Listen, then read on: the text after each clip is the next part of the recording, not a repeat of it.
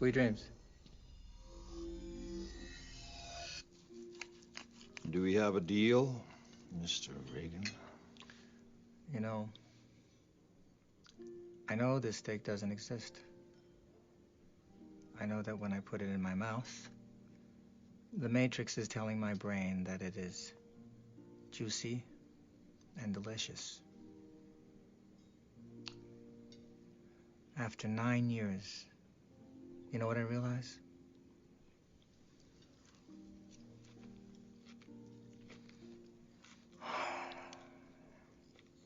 Ignorance is bliss. Then we have a deal. I don't want to remember nothing. Nothing. You understand? I don't want to be rich. You know, someone important. Like an actor. Whatever you want, Mr. Regan. Okay. You get my body back in a power plant. Reinsert me into the Matrix. I'll get you what you want. Access codes to the Zion mainframe. No, I told you I don't know them. I can get you the man who does. Morpheus. But most of all, I'm tired of that jagoff and all of his bullshit. Surprise, asshole. I bet you never saw this coming. Did you? God, I wish I could be there. When they break you, I wish I could walk in just when it happens. So right then, you'd know it was me. You gave them Morpheus. He lied to us, Trinity. He tricked us. If you would have told us the truth, we would have told you to shove that red pill right up your ass. That is not true, Cypher. He set us free. Free? You call this free? All I do is what he tells me to do. If I gotta choose between that and the Matrix, I choose the Matrix. The Matrix isn't real. I disagree, Trinity. I think the Matrix can be more real than this world.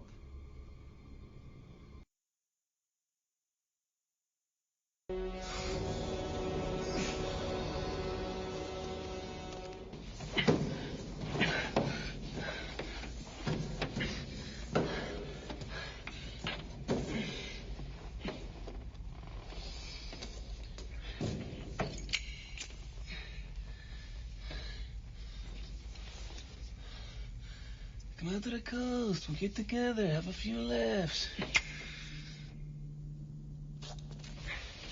I know what a TV dinner feels like. Come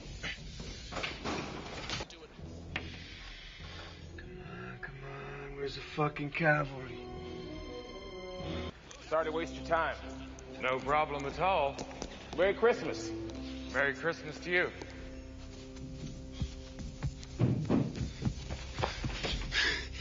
Oh, the weather outside is frightful. Dum-da-dum, delightful. For the love... 8 Lincoln 30 to dispatch. 8030, go ahead. Yeah, that's a wild goose chase over here at Nakatomi Plaza. Everything here's okay. Over. But nobody has no place to go. Let it snow, let it snow, let it snow. Dear God, everything is a crime!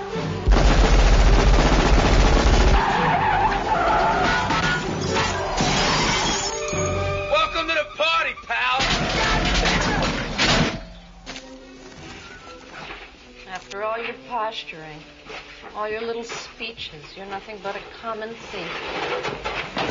I am an exceptional thief, Mrs. McLean, and since I'm moving up to kidnapping, you should be more polite.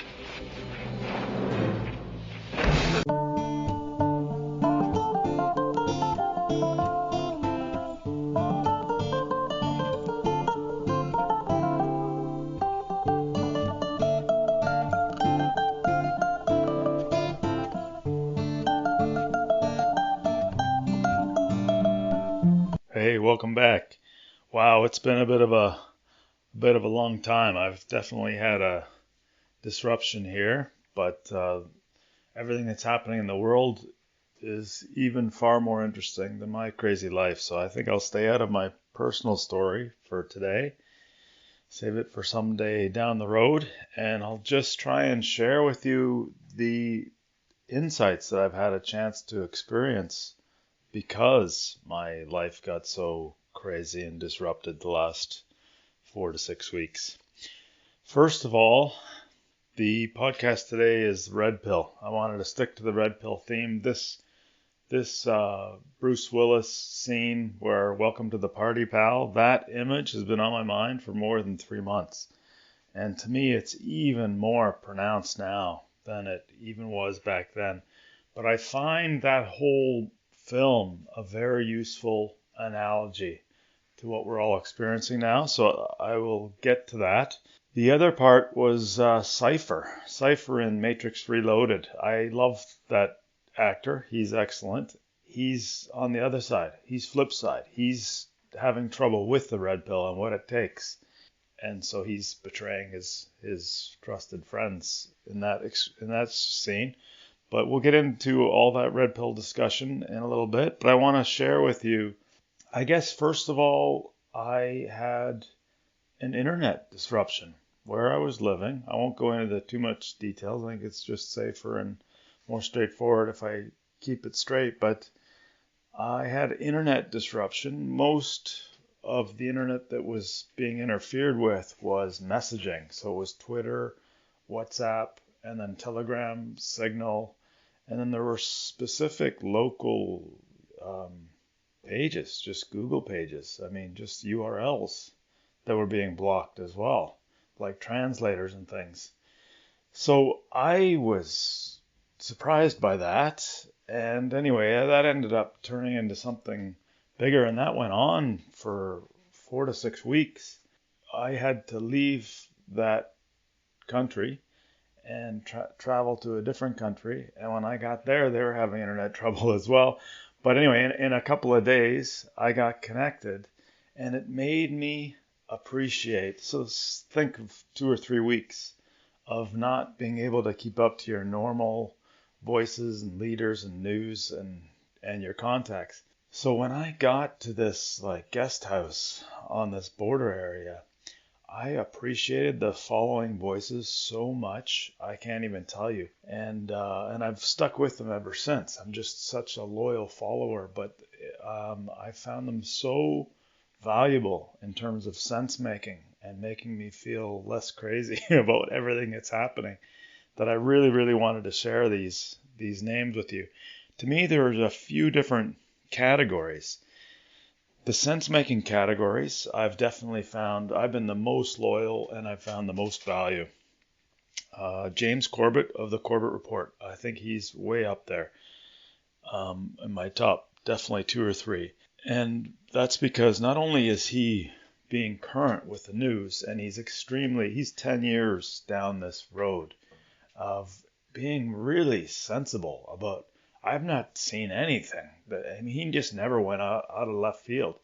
And his website is extremely well organized. His podcast is extremely well organized. So whenever you find something that he's knowledgeable about, you can find years and years and years of history. So, for example, I discovered that he had a lot of knowledge about 9/11. And then it turns out that he's got at least 10 whistleblower and kind of false flag 9/11 stories in there. So he'll do an incredible amount of research, and then he'll be meeting with great experts and whistleblowers in that space. And very quickly you become knowledgeable and articulate in that space. So that was one of them. He has documentaries of his strongest pieces. He has a really strong documentary, and then followed by that whole series of conversations with experts and whistleblowers and further research. But one of his biggest, probably his best known documentary is How Big Oil Took Over the World. And then that was followed up by Why Big Oil Took Over the World, which was followed up by Why Big Data is taking over big oil. You know, so he's got this whole series. So it's just incredible. I'm just so pleased. And at the end of the podcast here, I've got a quotation where he is essentially converting. Del Bigtree has a big moment. You know, who knows what kind of doubts Del Bigtree was having in private, but in public, he's now invited Corbett onto his show and admitted to the whole world that Corbett is 10 years ahead of us on this research and what he's been talking about and the knowledge base that he's built there. And so Del Bigtree invited him on a show and just admitted, listen, you're ahead of me on this. This doesn't seem so crazy anymore. The world leaders are using the same language. So that's going to be the closing clip. The next biggest favorite, these are all equal in different ways, but The Last American Vagabond. He was, I believe, I'm sorry, I don't know his name. He doesn't use his own name that often, but the show is outstanding. He does a daily podcast somewhere between 2 and 3 hours. And the sense making that comes out of that is invaluable. It's incredible how sensible he is, how he can diagnose and demonstrate how the mainstream media is playing games with words and waving hands and all kinds of scare tactics that's manipulating the public. So The Last American Vagabond, he used to be Whitney Webb's editor, I believe. Whitney Webb was on that channel. And she's gone off on her own, but now they come together and team up. I think it's around once a week. Whitney Webb, or maybe once every 2 weeks. Whitney Webb will do a series, 2 or 3 article series, and then she'll come back to Last American Vagabond, and together over 2 or 3 hours, they will hammer it out, and you can get such an incredible digestion of depth with those two, because just they think a little bit differently, but they're really, really nicely synchronous now in terms of how they feed back each other. Last American Vagabond is a daily update, and I find him unbelievably, incredibly invaluable. And the depth of research that Whitney Webb is doing off on her own, and then coming back on that show, Last American Vagabond, is such a nice combination. So between those 3 people, Corbett, Whitney Webb, and The Last American Vagabond, I'm finding incredible value for sense making. Then there were a couple of fun ones that I don't know so well. Well, Dan Dix is in that crowd for sure. I just haven't been keeping up with Dan Dix. I've been seeing him on Twitter. I haven't been keeping up with his show, but they have all been saying that Dan is keeping up with outstanding broadcasts. So I have no doubt he's keeping up his caliber of work there as well. But there were a couple of fun ones. Dana Ashley, I find her really, really good. She's a YouTube channel. I don't know if she's still on YouTube. But she's really incredibly rich and insightful around the spirit war and kind of the biblical tie-ins. What's Her Face? Her name is actually called What's Her Face on YouTube. She's so hilarious and sarcastic, but also extremely insightful. So I've really enjoyed her. Okay, a couple new entries. I'm following Ernest Hancock. He has a podcast, and his community on Telegram, they're just the most knowledgeable, capable group of people. Ernest Hancock, he's been out driving his own RV for 10 years, I think. He saw this thing coming 100 miles away, and he and his wife talked it over, and they said, listen, when our kids are in their 20s, we're in deep shit if we don't get on top of this. So he got way ahead of the game. I think it was 10 years ago, rigged up an RV that he could podcast from. And now he's built a community. And for whatever reason, the community that follows Ernest Hancock, Declare Your Independence. His podcast is called Declare Your Independence.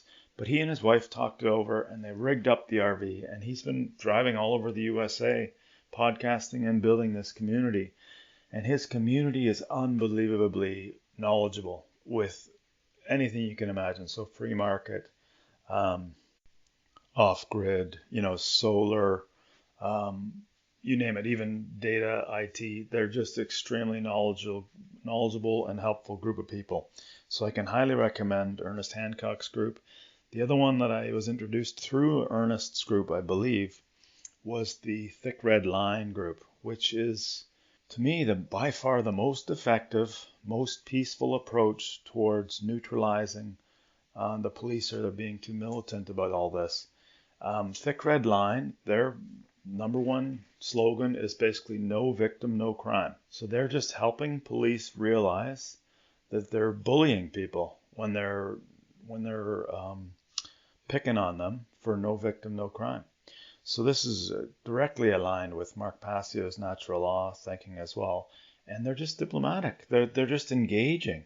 They've done it in beaches and all kinds of public parks and places to neutralize the police and see how abusive the police are being to people that aren't causing any harm to anyone else. It's really, really brilliant and peaceful, cohesive approach that they've been successful at. In terms of work ethic and productivity, I would like to give kudos to both to Jeff Berwick and Bobby Capucci. Bobby has been doing his Epstein podcast, typically on average 2 or 3 a day. He's really staying on top of that. Complete work ethic. It's just a constant stream of good information of what's happening with the Epstein case. And Jeff Berwick, I mean, he's leading edge. He's been leading edge. Again, another guy, 10 years. Saw this coming, built a foundation and a community around helping people become aware of the financial reset. Now he's written and published a book. He's just recently had a summit. He's just incredibly consistently professional about everything he's doing. His newsletters come out on time. All his tips have become true. And I just want to give hats off to Jeff and the community he's built.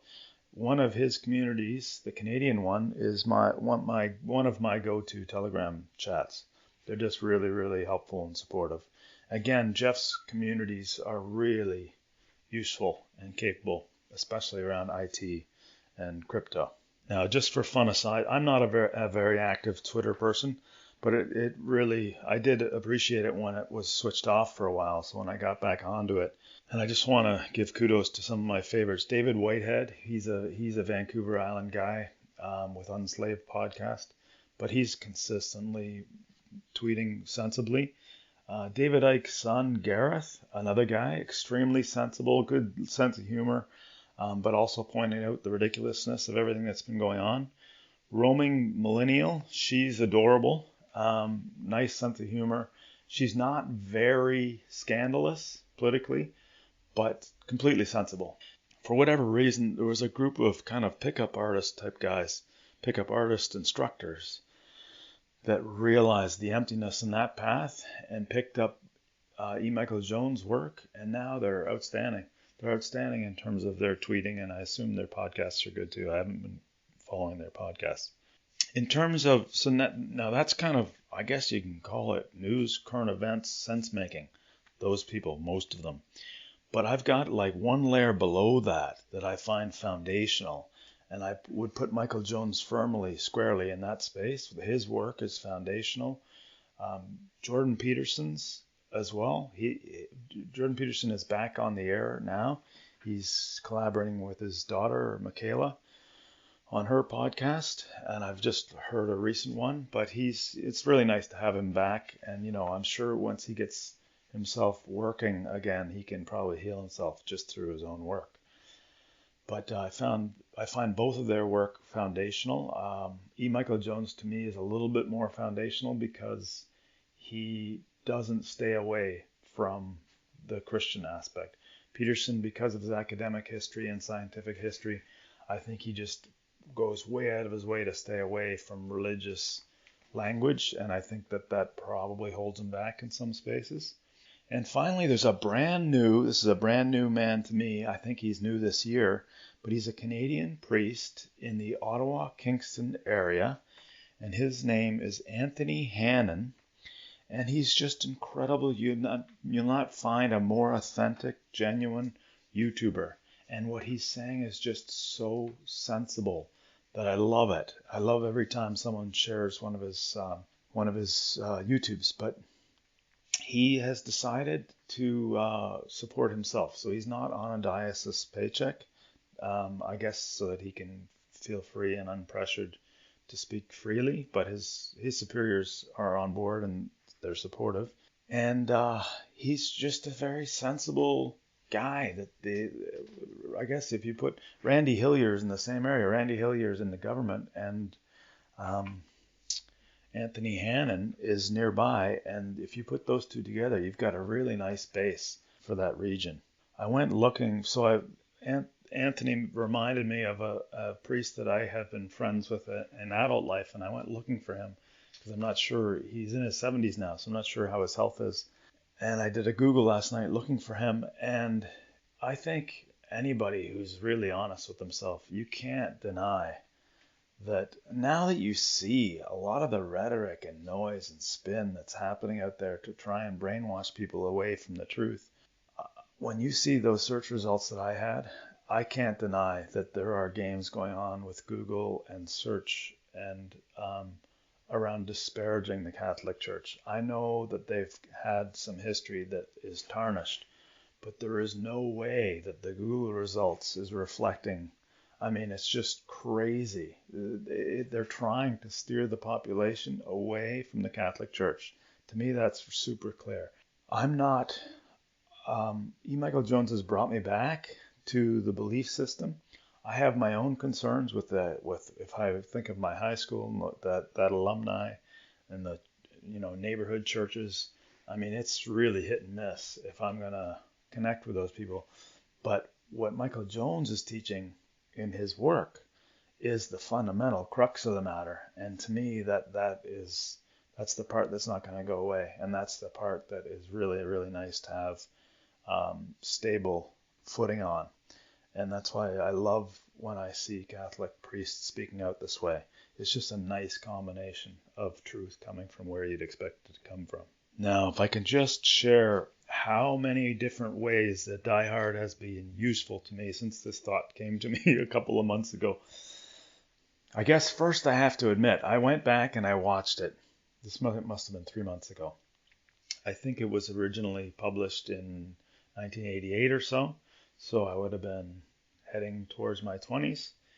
And I've seen it probably 10 or 15 times in my adult life. Always loved it. Well, this time I could not help but see loads and loads and loads of cultural programming in this movie.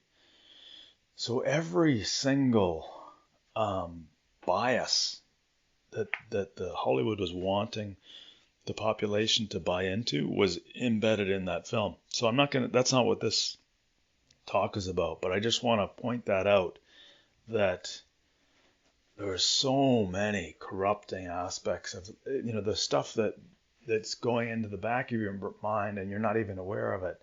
I'd say if, a husband and wife or boyfriend and girlfriend both go and see that movie, they're seeing completely different movies. If you don't talk about what you saw and what was important, they're seeing completely different movies. The kids. So the thrust of the story on this aspect is that the mother pursues her career, okay, which we all generally think is a good thing. But in this case, she moves away from her husband. He wasn't on board, I guess, or he definitely, he had his whole career as a New York beat cop. So he couldn't just pick up and go to LA. And she's getting her kids minded by, looked like Mexican help at the house. I'm not saying there's anything wrong with that. But the fact is that the mother is caught up in the corporate world. Okay, she's got a corporate executive office space, and she's working and the Japanese CEO loves her, and it's all sort of promoting the destruction of the family. I don't know how you can. There's even a connotation around the gay man in LA. There is. I don't think the actual driver. I know he was a bit of a caricature, but I don't think that was particularly trying to be make an emphasis on any specific race or category. But I think what happened to that marriage was interesting and was just in the background. And then you have, then we can get into the crux of the story. So the crux of the story is you've got a husband who's an old-fashioned beat cop, okay? So he's a career guy, integrity, cares about his job, cares about his arrests and his numbers, seems generally to be on the up and up. Street smart, extremely tough. Now he goes out and he has no interest in this corporate life, this LA corporate life. He just is in LA to visit his kids. That's what he wants. He wants to spend Christmas with his kids. Now he gets picked up with a corporate limo at the airport. Okay, that's kind of nice. He's kind of amused. And the limo driver is confronting but amusing. They hit it off anyway. Then he gets up into the executive floor, and it's clearly like this hoity-toity corporate Christmas party. They're all, celebrating their greatness in this beautiful Japanese office tower. He's trying to get rid of his jet lag, so he's following a tip from the plane, and he's walking around on his bare feet in his wife's executive bathroom. And at this point, he sees that the Europeans that just crashed the party are psychopathic terrorists. I mean, he knows right away that they are nothing like what they appear, and he's able to escape to the roof. And he becomes the ultimate spoiler. He didn't care about the corporate party. He didn't care about corporate image. He didn't care about any of that. And they don't even know who he is. And now he's a spoiler. He's living rough. He's just got an undershirt on, bare feet up on the roof. He's completely committed to being the spoiler of whatever it is they're trying to do. So then now everyone else in the party has a different aspect. So his wife who's using her own maiden name for her professional career, she can see both now. She can see these guys are dangerous, and she can see her husband got away, and she's kind of balancing that split. The Japanese CEO decides to volunteer himself as the leader and ends up getting brutally assassinated when he wouldn't go along with their ploy. Soon, one of the kind of smooth-talking business development guys, who's also a cokehead, or at least partying with coke at the party, decides he's going to go negotiate with the terrorists, and he ends in the same way.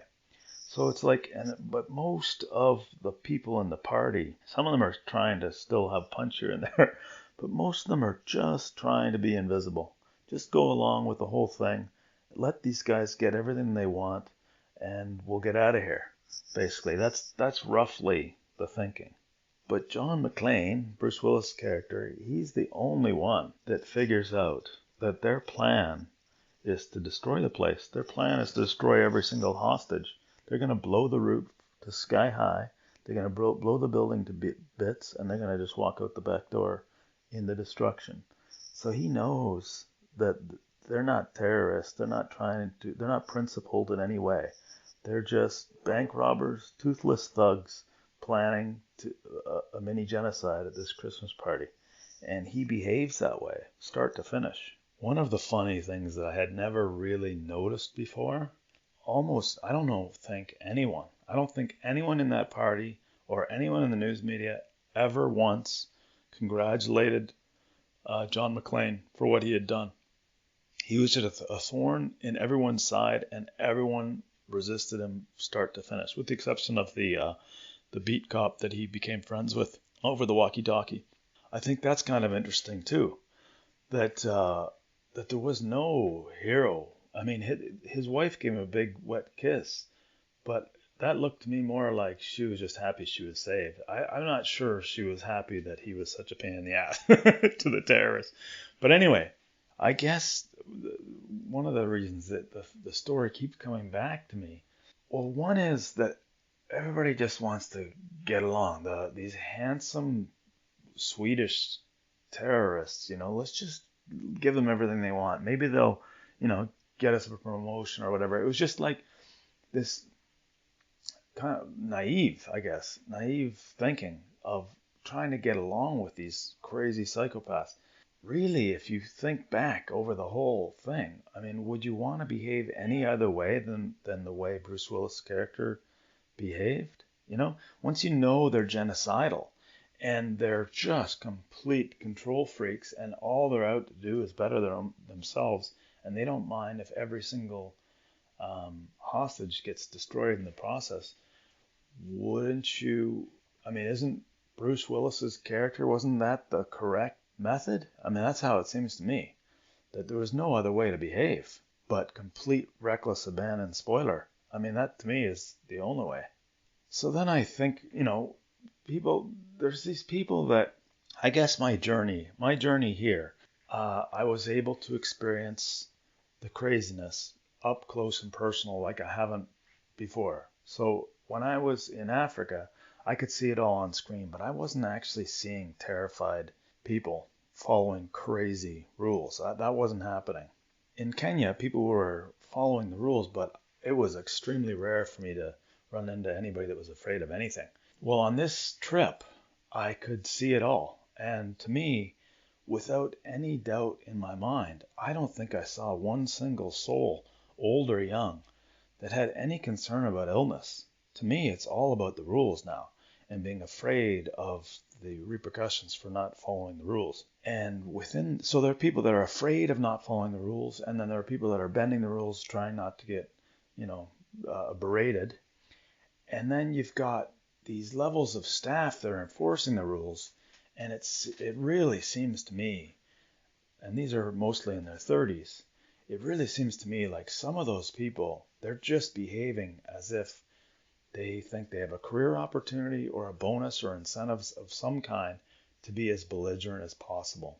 And that's scaring their own coworkers into compliance, and it's scaring most of the customers into compliance as well. So to me, it's like a young Nazi. It's like a young Nazi environment with the people that are enforcing these crazy rules. There's no sense making. There's absolutely no reasoning of any kind. And then the ones that are following it blindly, they're just afraid of breaking the rule. I'm not seeing anyone worried about illness anymore. I just don't see it. And all the data and evidence, I mean, if you go on that Last American Vagabond, he's got oodles and oodles and oodles of data and evidence about how it's just a non-factor. Like the illness, whatever it was 9 months ago, it's gone. And now it's just all rules and control. That seems to be, and psychopathic manipulations. That's all it seems to be. So imagine if someone from the Christmas party got on the radio to Bruce Willis and said, hey, come on, man, just come on down and join the party, man. It's a good time. Don't worry, everything's going to be fine. These guys are going to give us promotion. We'll probably get a executive bathroom of our own. And just come on down, bring some business cards, put a suit on. Maybe you'll impress somebody. Imagine that mentality. I mean, it's so crazy to go along further once you've seen the craziness to then the next step. So if you've ever had a crazy psychopathic boss or a crazy psychopathic boyfriend or girlfriend, they ask you to do something crazy, like doing it is only going to get you 10 more crazy requests, right? You got to just draw the boundaries and show where the crazy doesn't go any further, right? Roughly.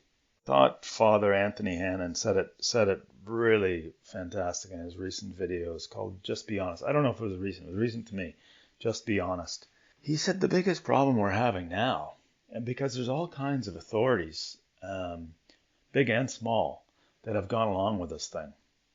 And most people just went on faith. They're getting notices from city, getting notices from media, getting notices from corporations. They just went on faith that this thing has something real to it. Well, now the biggest problem is just admit, oh, you were duped, you were fooled, you went along with something that was a lark. Okay, fine, enough. How hard is that to admit? I mean, that's way better than doing the next 10 crazy things that are coming, right? I mean, just have a laugh. I fucked up. They fooled me. Oh well, and no one's going to hold it against you. I mean, how could you possibly comprehend the level of diabolical planning and control that went into this thing? No one is going to ever judge you for that. Just go, oh, I fucked up. It's a lark. Oh well, let's go back to living free, and quietly live free. Disobey. To me, that's the obvious outcome. So please hang in there. I really like this talk James Corbett does on Del Bigtree's show. They both shared this podcast on each other's show. And I thought it was really big of Del Bigtree. He was kind of gutted, just admitting that there's this whole domain of knowledge that he's been blocking out all this time that is clearly relevant now, and that James Corbett is 10-year advanced on his expertise in the matter. I just thought it was outstanding. So please stay tuned in, enjoy it. Nice to be back. I'll make the next appearance not so long. I've got a commitment. I've finished part 1 of Logos Rising, and I've started the book review for part 1 of Logos Rising. So stay tuned into that. That should be done within the next 5 or 6 days. All right, enjoy.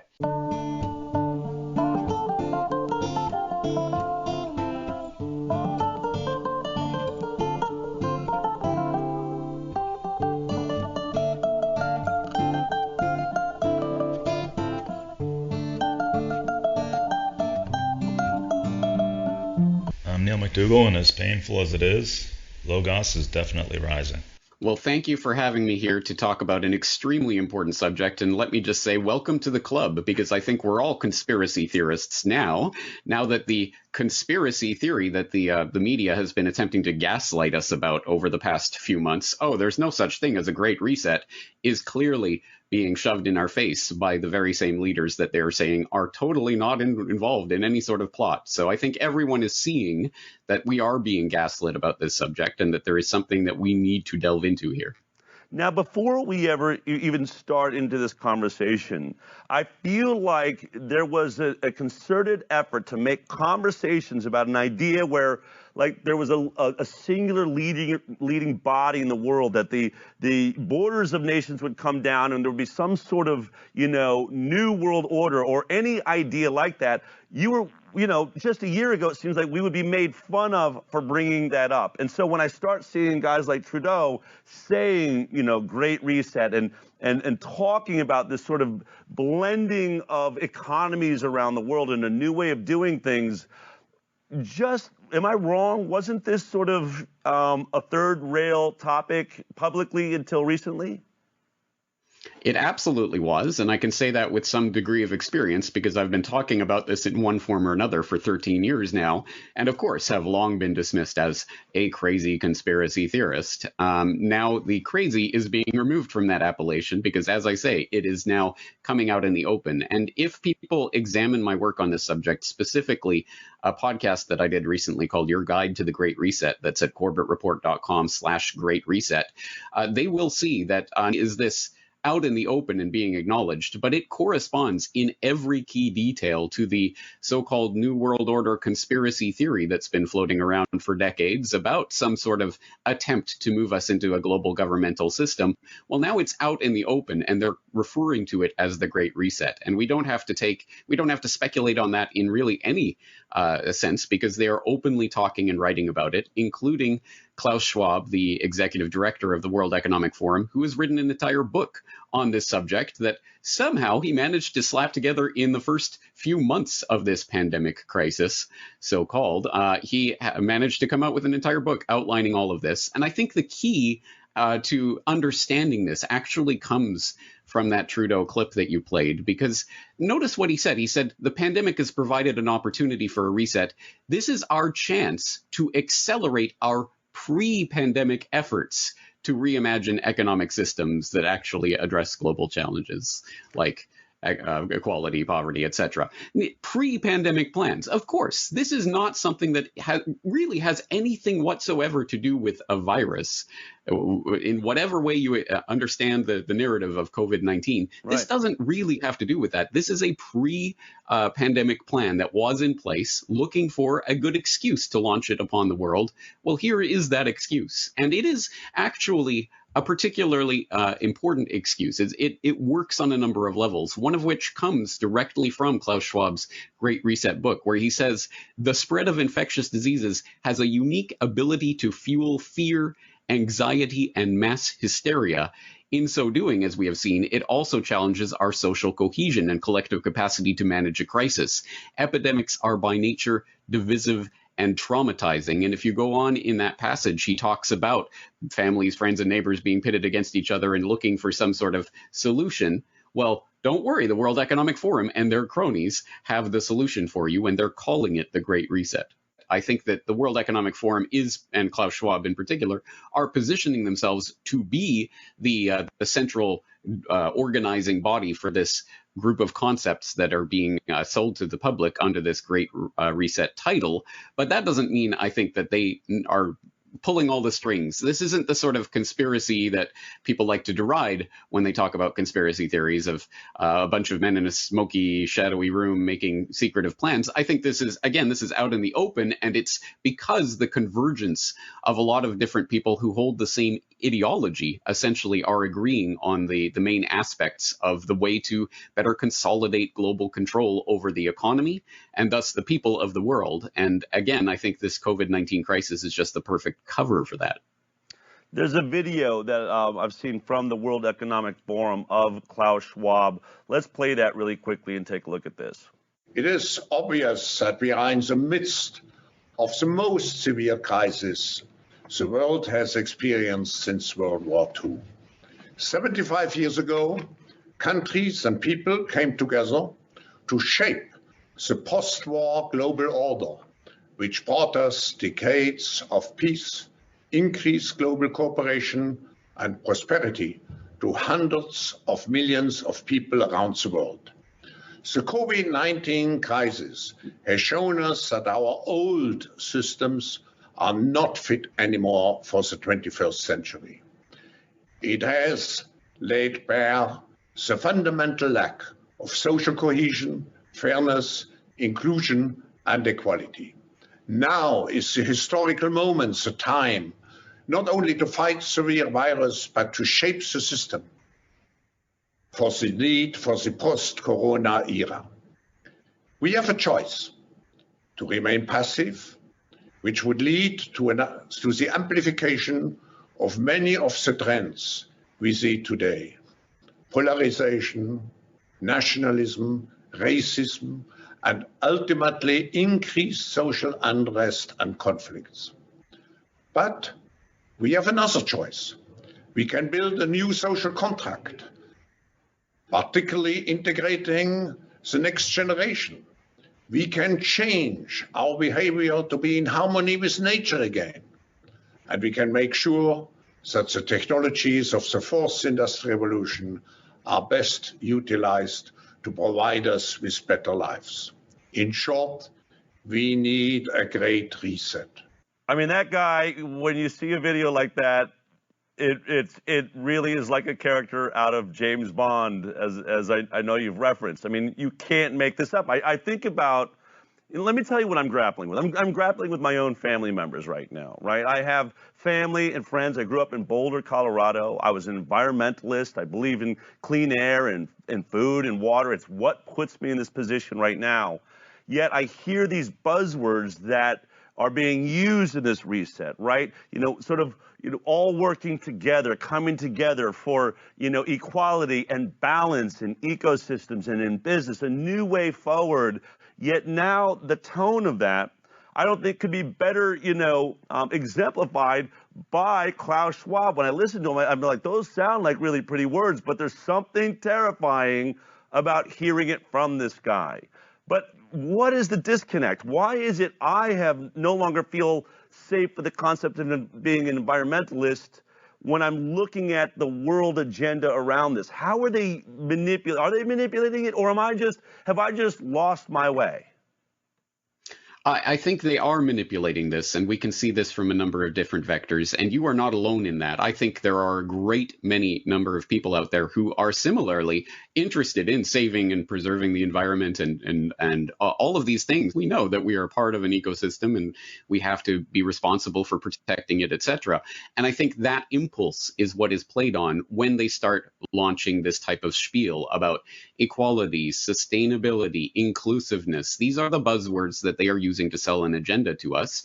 And one way to grapple with that idea of how these words can be used to sell ideas that are in fact harmful to us is to look at a word like equality. Again, I think most people feel uncomfortable with the idea of some people having billions and billions of dollars in their bank account and other people literally starving in the gutter.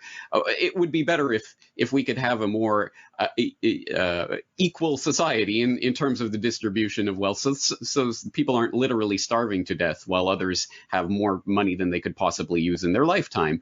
But there are many different ways to achieve that sort of equality, and one of which would be simply to make all of the peasants, essentially neo-peasants on the neo-feudal plantation, you're all equally poor. Under the eyes of this system. That would be one way to achieve equality. So just the word equality itself does not necessarily mean this is going to be some sort of utopia or nirvana. We have to understand what it is they are actually proposing. And when you start to pick that apart and you start to get at the underlying message of what they're pushing here, you start to get at concepts like the fourth industrial revolution and how technology is going to be used to get us to a new economic system. And once you start to understand the implications of that, for example, the implication that everyone will be closely surveilled at all times electronically and at a distance, and all of their transactions will be monitored and run through a central bank digital currency, which will be monitoring everything that you are doing at all times. Of course, all of this data is necessary for keeping us safe from disease, say, which is, of course, the way it will be sold to us. And one example of that is a particularly interesting and telling article that was published in the Financial Times this past March that I thought encapsulated this idea quite well. It's by Yuval Noah Harari, and it's called The World After Coronavirus. And he lays it out on the table there, what this type of fourth industrial revolution technology means and what it entails, including under-the-skin surveillance. So he writes that one of the problems we face in working out where we stand on surveillance is that none of us know exactly how we are being surveilled and what the coming years might bring. Surveillance technology is developing at breakneck speed, and what seemed science fiction 10 years ago is today old news. As a thought experiment, consider a hypothetical government that demands that every citizen wears a biometric bracelet that monitors body temperature and heart rate 24 hours a day. The resulting data is hoarded and analyzed by government algorithm. The algorithms will know that you are sick even before you know it, and they will also know where you've been and who you have met. The chains of infection could be drastically shortened and even cut altogether. Such a system could arguably stop the epidemic in its tracks within days. Sounds wonderful, right? Biometric monitoring would make Cambridge Analytica's data hacking tactics look like something from the Stone Age. Imagine North Korea in 2030, when every citizen has to wear a biometric bracelet 24 hours a day. If you listen to a speech by the great leader and the bracelet picks up the telltale signs of anger, you are done for. This article just starts to broach some of the issues of what we're dealing with here, a complete Orwellian system of total monitoring of not just your speech, not just things that you are saying, but ultimately things that you are literally feeling, your blood pressure, your heart rate, all these telltale signs of emotion or what you're thinking. And of course, a lot of this will be quackery, but that doesn't matter. They will say, oh, there is a science behind this, and we can tell that you were thinking about doing something naughty, so we are going to come on with the pre-crime police and make sure that you Minority don't do Report, right? I mean, think about that. Exactly Just imagine everyone wearing a Fitbit. If your Fitbit was suddenly connected to the government and the police department, how much they know about you, where you're at, what you're emotionally going through. I mean, it's really, that article is really terrifying. And it would seem crazy, except let me bring up, and we, my producers went through, the incredible piece. We're not going to take a whole hour to get on it, so everyone should definitely go to the Corbett Report and check it out. But let me bring up from COVID-19, The Great Reset by Klaus Schwab. If no one power can enforce order, our world will suffer from a global order deficit. Unless individual nations and international organizations succeed in finding solutions to better collaborate at the global level, we risk entering an age of entropy.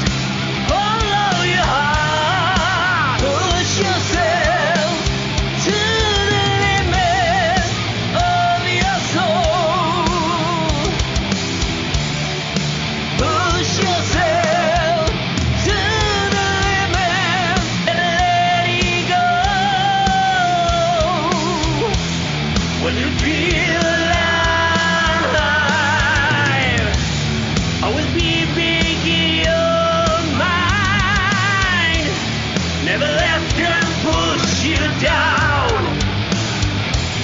They'll set people so don't care. Always think that you're the one. Your surroundings will put you down. Improve and make a big difference. Raise up and scream. Push yourself to the limits of your soul. Feel alive.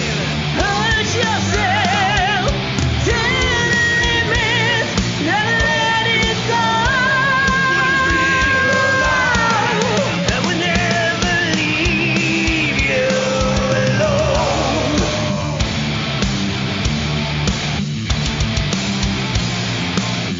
Never leave you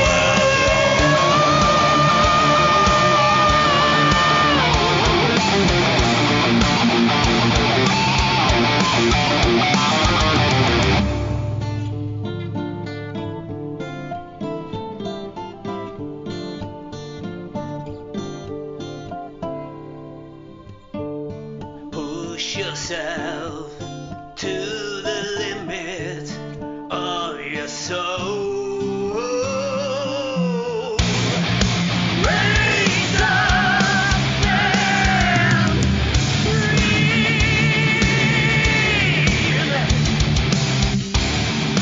Push yourself to the limit of your soul.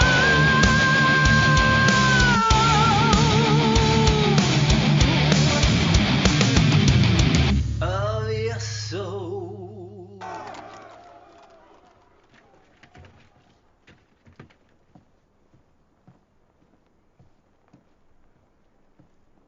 What's the matter? You dissentious rogues that rubbing the poor itch of your opinion make yourselves scabs. We have ever your good word. He that will give good words to thee will flatter beneath abhorring. What would you have, you curs, that like nor peace nor war? The one affrights you, the other makes you proud. He that trusts to you where he should find you lions, finds you hares, where foxes, geese. Who deserves greatness, deserves your hate? Hang ye, trust ye, with every minute you do change your mind, and call him noble that was now your hate, him vile that was your garland. What's the matter, that in these several places of the city you cry against the noble senate, who, under the gods, keep you in awe, which else would feed on one another? Go, get you home, you fragments.